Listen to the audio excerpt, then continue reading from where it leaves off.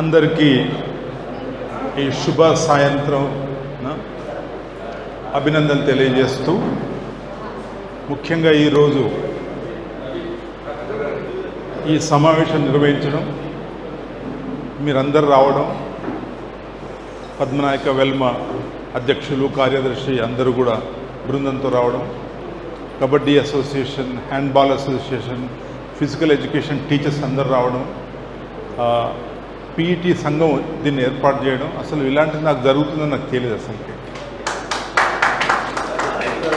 ఎక్కువ మొత్తం లాస్ట్ ఈ 45th year of my service. నేను ఎప్పుడు కూడా సైలెంట్గా తెర వెనుకుండి పనిచేయడం నాకు అలవాటు, కానీ బయటకు వచ్చేదో ఐ డోంట్ ఎప్పుడు చేయలేదు. అమిత్ రావడం, కబడ్డీ అసోసియేషన్ మేమందరం కలిసి కొంత పనిచేస్తున్నాం. చాలామంది రామానంద్ తీర్థ, మా మల్లేష్ మా స్టూడెంట్ ఉండే కబడ్డీలో స్టూడెంట్ ఉండేది. అట్లా చాలామంది రావడం జరిగింది. అయితే ముఖ్యంగా ఏంటంటే ఇప్పుడు ఏదైతే తాడి చెట్టు కనబడుతుందో ఆ తాడి చెట్టు కావడానికి, ఒక పెద్ద వృక్షం కావడానికి, ఏదైనా వృక్షం అది ఎన్నో తుఫానులను, ఎన్నో అనర్థాలను, ఎన్నో ఛాలెంజెస్ను, ఎన్నో డేంజర్స్ని, ఎన్నో ఫెయిల్యూర్స్ని అది ఫేస్ చేస్తూ వస్తేనే ఆ వృక్షం లాగా. ముఖ్యంగా అంటే ఈరోజు కొంచెం మనసు విప్పి మాట్లాడినది ఒక 5 నిమిషాల టైం ఉన్నది అనుకుంటే.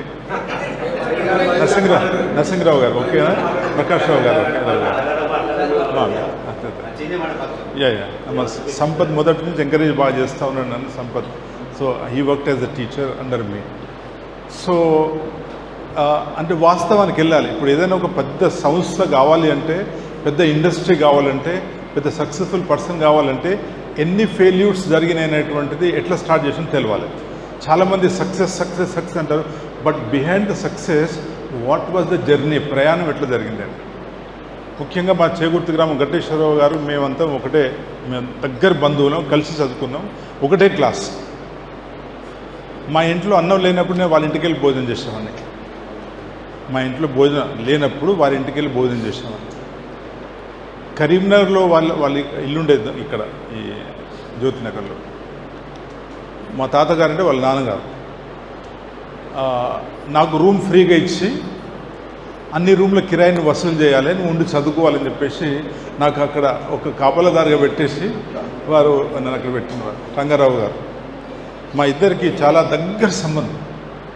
అట్లాగే నేను 10th క్లాస్లో ఒక సబ్జెక్ట్లో ఫెయిల్ అయ్యాను, డిగ్రీలో ఒక సబ్జెక్ట్లో ఫెయిల్ అయ్యాను, బీఎడ్లో ఒక సబ్జెక్ట్లో ఫెయిల్ అయ్యాను. బీఎడ్ వరకు అన్ని గవర్నమెంట్ స్కూల్స్లో చదువుకున్నాను, కాలేజీలలో, స్కూల్స్లలో. ఎక్కడ అప్పుడు తెలంగాణ మూమెంట్లో సరిగా చదువు జరగలేదు.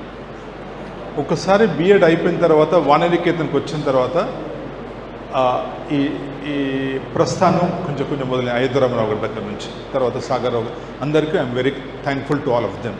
ప్రతి ఒక్కరూ గొప్ప వాళ్ళే, ఎవరు కూడా తక్కువ, ఎవరిని తక్కువ చేసి చూడకూడదు, అందరూ మంచి మాట. సో అయితే ఇంతకుముందు మీరు అన్నారు, ఎవరు తను కృష్ణ అన్నట్టుగా, కృష్ణ అన్నారు, అదే తను అంటే ఇప్పుడు ఎవరైనా ఒకరు సక్సెస్ కావాలంటే ఒకరు సఫర్ కావాల్సిందే కదా. ఇంట్లో ఒకరు సఫర్ అయితేనే ఒకరు సక్సెస్ అవుతారు. కానీ ఇంట్లో బాగా హ్యాపీగా ఉండాలి, మనిషి బయట సఫర్ అయినా నాకేం పర్వాలేదు అనుకుంటే ఆ ఇల్లు వేరే తిరుగుంటుంది. అది కాబట్టి ఇంట్లో సఫర్ అవుతూ క్యాండిల్ లాగా ఇతరులకు వెలుగునిస్తూ తాను కరిగిపోతూ ఎవరైతే మహిళ ఆ కుటుంబాని కోసం కృషి చేస్తారో తను కూడా ఒక ఎగ్జాంపులే. ఎందుకంటే మొదటి రోజు ఫస్ట్ 350 రూపాయలు శాలరీ వచ్చినప్పుడు ఆ 350 రూపాయలు కూడా బస్సు కిరాయిలు కూడా ఉంచుకోకుండా నా చేతులు పెట్టి 10 ఏళ్ళు అనేటువంటి ఒక ఘనత వాళ్ళదే కదా, కృష్ణ అన్నట్టుగా. కాబట్టి మనం ఎవరం కూడా మన కుటుంబంలో మనం సక్సెస్ఫుల్ అవుతున్నామంటే, ఇంట్లో మన నాటకాలు బయట జరుగుతుందంటే ఇంట్లో వాళ్ళ యొక్క భాగ్యం అని చెప్పేసి అందరూ అనుకోవాల్సిందే. అది మాత్రం కలగదు. నంబర్ 1.